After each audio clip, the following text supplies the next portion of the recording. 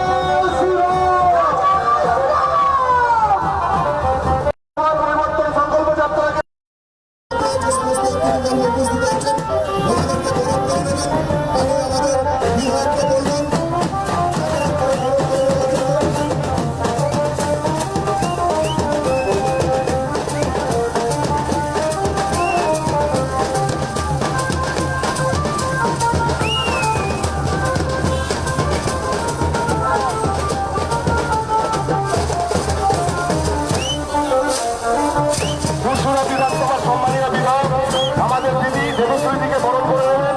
ফুলের উত্তরীয় এবং উত্তরীয় পরিয়ে ফুলের স্তবক এবং উত্তরীয় পরিয়ে দেবশ্রীদিকে বরণ করে নিচ্ছেন পুরসুরা বিধানসভার বিধায়ক বিমান ঘোষ মহাশয়। বন্দে মাতরম ভারত মাতা কি। এরপরে আমি অনুরোধ করবো একে একে আমাদের জেলা সভাপতি আছে, তুষারদা আছে, সন্তুদা আছে,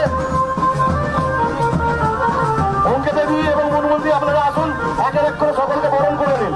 জেলা সভাপতি আছে এবং সন্তুদা আছে, তুষারদা আছে, সকলকে সুসন্ত দাদাকে শুরু করুন।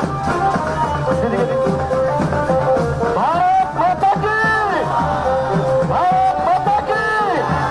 বন্দে মাতরম বন্দে মাতরম। সুকমলদা আপনি সুসন্ত দাকে বরণ করে নিন।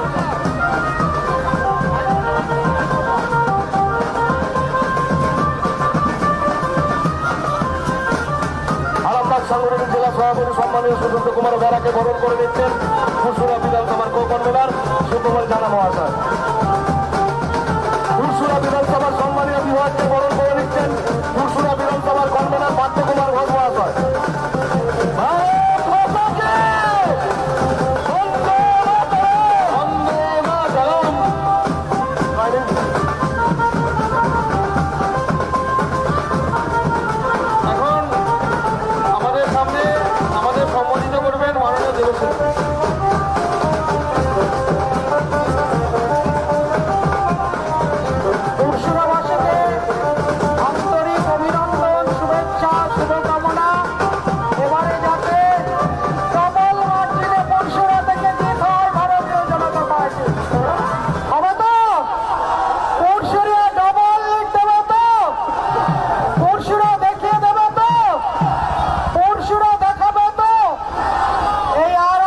সাংগঠনিক জেলায় 7টা সিট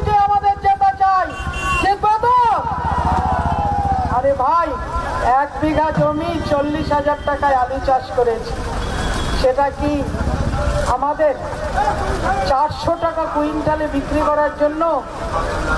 কি জন্য আজ এই পরিস্থিতি কার জন্য হয়েছে? 130 টাকা মাঠে, বুঝুন।